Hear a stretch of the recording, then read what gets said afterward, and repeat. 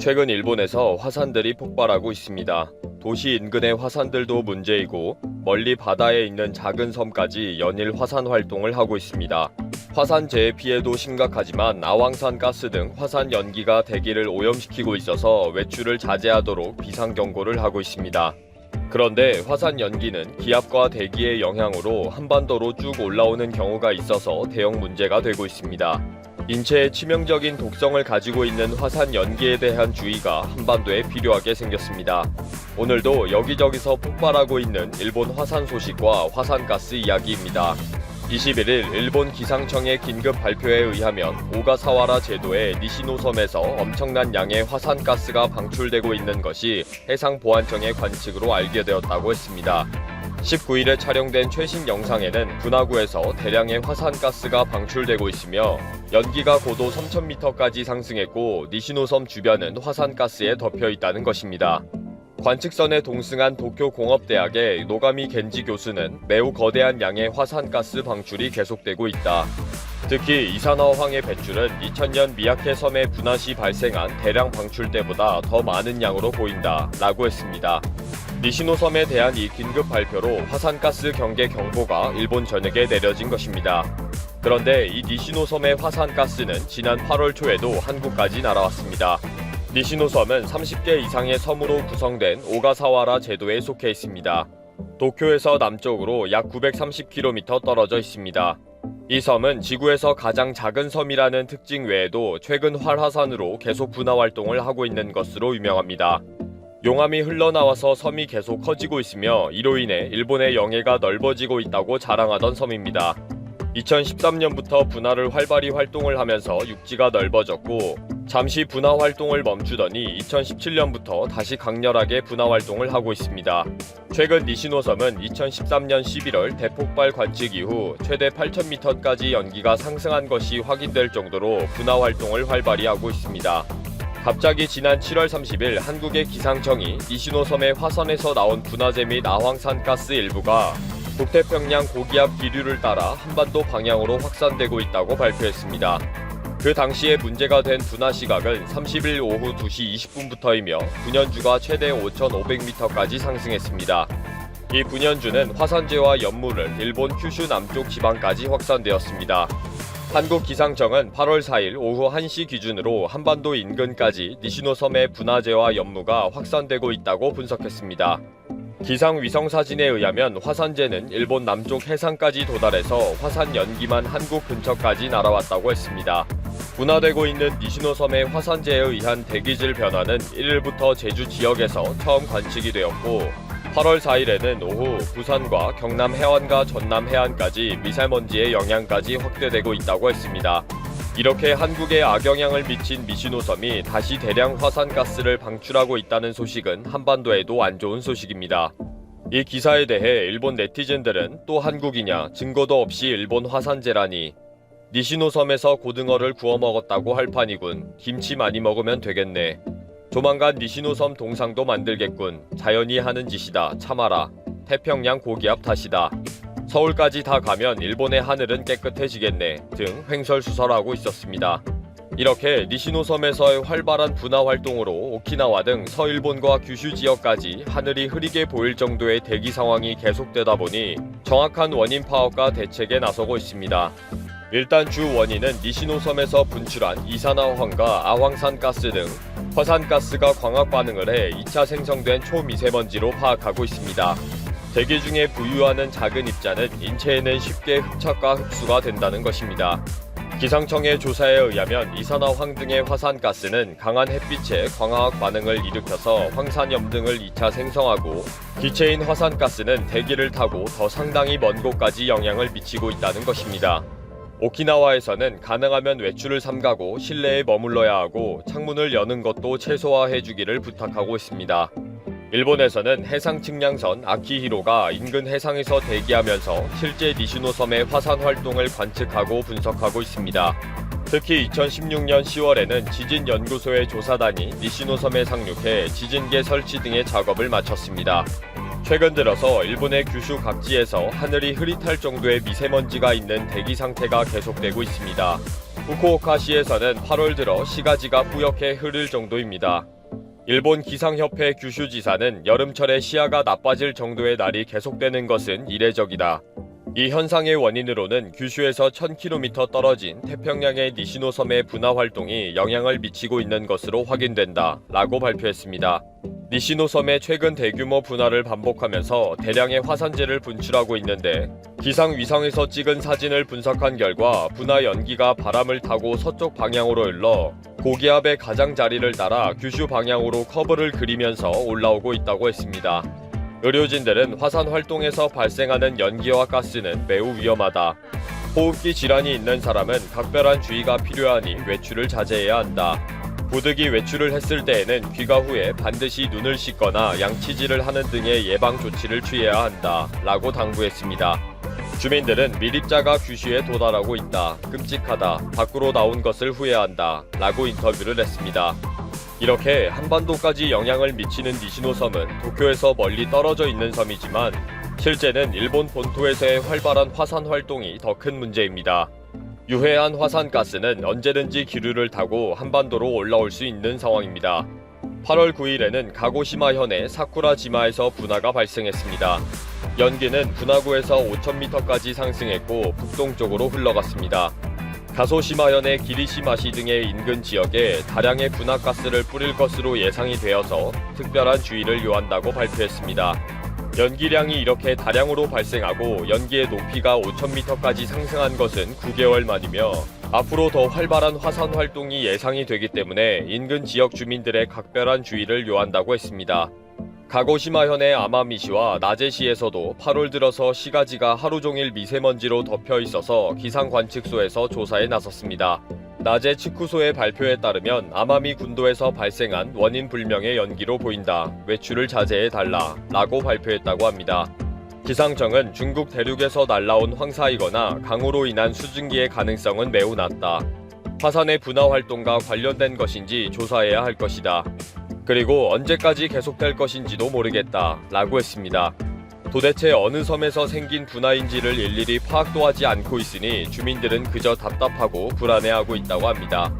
2018년 3월에는 일본에서 발생한 화산 폭발로 화산재와 연기가 한반도에 영향을 미칠 것인지에 대해 기상청이 발표한 적이 있습니다. 그 당시의 기류의 흐름과 기압의 영향을 분석해서 화산재 확산 모델을 종합 분석한 것입니다. 다행히 이때에는 기류의 흐름이 화산재를 일본 지역에만 내리도록 확인이 되어서 한반도에 영향은 없는 것으로 확인되었습니다. 이렇게 언제든지 한국은 일본의 화산가스의 위험에 노출될 가능성이 충분합니다. 21일 발표한 니시노섬의 대량 화산가스 분출은 조만간 한반도에 영향을 미칠 것이라고 보고 있습니다. 일본 수출 규제와 관련된 이야기를 여러분들과 한번 나누어 보고자 합니다. 바쁘시겠지만 좋아요, 알람, 구독 한 번씩 꼭 부탁드립니다. 저에게 정말 큰 힘이 됩니다. 자, 한국에 대한 수출 규제 조치를 철회하지 않고 침묵으로 계속 일관해온 이 일본을 향해 우리나라 정부가 드디어 칼을 빼들었습니다. 일본의 수출 규제 조치에 대한 세계무역기구, 즉 WTO 제소 절차를 재개하기로 한 것인데요. 대화를 통한 해결이 무산되면서 한일 갈등은 더욱 강대강 대치로 흐를 전망입니다. 물론 우리가 더 세죠. 자, 우선 일본은 일본발 수출 규제 원인이 된 이 강제징용 배상 문제도 양국 간 이견이 여전한 상태라 출구도 뚜렷하지 않은 상태인데요. 산업통상자원부는 어제죠, 2일 우리 정부는 작년 11월 22일에 잠정 정지했던 일본의 세계 품목 수출 제한 조치에 대한 WTO 분쟁 해결 절차를 재개하기로 결정했다고 밝혔고, 일본 정부가 제시했던 수출 규제 사유를 모두 해소했음에도 불구하고 일본의 문제 해결 의지가 전혀 없다는 이유를 함께 제시했습니다. 사실 우리나라는 계속 일본에게 회유책을 써왔습니다. 실제로 지난해 9월부터 WTO 제소 절차를 진행하다가 한일 양자 협의 과정에서 이를 실제 잠시 중단해 왔고요. 대화를 통한 해결 차원에서 정부는 그동안 한국의 입장을 설명하고 수출 규제 조치에 대한 해결 방안을 제시할 것을 일본 측에 요구해 왔습니다. 오히려 강경한 태도는 보이되 최대한 양국 간의 문제를 대화를 통해 해결하자고 나섰던 것이죠. 우리나라가 말이죠. 하지만 일본이 행동에 전혀 나서지 않고 침묵으로 일관하자 지난달엔 5월 말 시한을 새롭게 제시했었습니다. 수출 규제에 대한 해결 방안을 내놓으라는 사실상 최후 통첩이었죠. 일본이 여기에 끝까지 답변하지 않으면서 정부는 결국 WTO 제소 카드를 다시 꺼내든 것입니다. 우선 일본 수출 규제에 대해서 알아보자면 일본의 수출 규제 조치는 지난해죠. 작년 7월 처음 시작됐습니다. 한국에 대한 반도체, 디스플레이 핵심 산업에 꼭 필요한 3개 핵심 소재, EUV 포토레지스트, 브라폴리이미드, 불화수소 수출기를 막고 화이트리스트 명단에서도 배제하며 거세게 압박해왔죠. 당시 이런 말도 안 되는 행동을 해버린 일본 정부는 당시 수출 규제 명분으로 양국 신뢰관계 훼손, 그리고 두 번째가 핵심 소재가 이 재래식 무기에 전용될 가능성, 그리고 세 번째 수출 심사, 관리 인원 등 체제의 취약성 등을 대긴 했지만 사실상 우리나라 대법원의 이 강제징용 배상 판결이 계기가 된 것이 맞다고 봐야 합니다. 특히 더 큰 문제는 일본 내에서 자꾸 우리나라가 문제가 있다고 언론 플레이를 하고 있다는 점인데요. 실제 어제 모태기 외상과 스가 관방장관이 한일 간 실무자 협의가 진행되고 있는 과정인데 지금 한국이 일방적으로 WTO 제소한 것은 유감이다, 이런 식으로 표현을 했죠. 하지만 일본 내부 언론들은 우리나라가 일본과 관계회복을 위해 노력하고 있는 점은 또 전혀 배제하고 보도를 하고 있는데요. 사실상 정부에 붙어먹고 있죠. 실제 우리나라가 일본과 협상 중에서 일본이 말한 전략 물품에 의한 관리 조치를 법을 분명 개정해왔고 관련 업무를 볼 인원도 확보함에도 불구하고 이런 중요한 것들은 전혀 보도하지 않고 있고 마치 우리나라가 일본과의 관계에 있어서 다시 문제를 일으키고 있다는 식으로 코멘트를 하고 있는 것입니다. 제가 중간 방송들을 통해 몇 번 말씀드렸지만 일본은 실무자 간 협상도 제대로 응하지 않았고 5월 말까지 우리나라가 구체적 조치를 요구한다고 분명 의견 전달을 했지만 일본 입장은 한국이 일방적으로 설정한 날짜다라고 우익 언론들을 통해 보도했기 때문에 실질적으로 일본은 우리나라가 요청한 답변의 문제에 대해서 답을 줄 만한 의지가 처음부터 없었던 것이라고 보시면 되겠습니다. 자, 여기서 근데 우리가 하나 알아야 할 것이 있습니다. 과연 일본이 이런 수출 규제를 해제하지 않는 걸까요? 못하는 걸까요? 못하고 있다고 보는 게 이젠 맞습니다. 왜냐하면 우리나라로부터 얻어낸 게 아무것도 없는 상태에서 일본 본인들이 이 수출 규제를 해제해버리면 완전 제대로 된 자충수가 되거든요. 원래 수출 규제 카드를 일본이 내세운 처음 목적이 아까 말씀드렸지만 한국 강제징용 배상 판결에 대한 실제 일본의 경제적 보복 조치였기 때문에 일본 입장은 한국이 현금화까지 가는 것에 대한 자기들 협상 카드라고 계속 봐왔던 것이 맞습니다. 그렇기 때문에 실질적으로 우리나라가 전략물자 수출 문제라든지 이런 것들에 대해서 개선 조치를 아무리 하더라도 원래 목적 자체가 일본의 목적 자체가 배상 문제에 대한 카드로서 만들어진 규제인 이상 어떻게 보면 당장 표면적 조치를 할 수는 있겠지만 실질적으로 일본의 본심은 배상 판결 문제이기 때문에 이 반도체 소재 수출 규제 조치를 풀기가 쉽지 않다는 것입니다.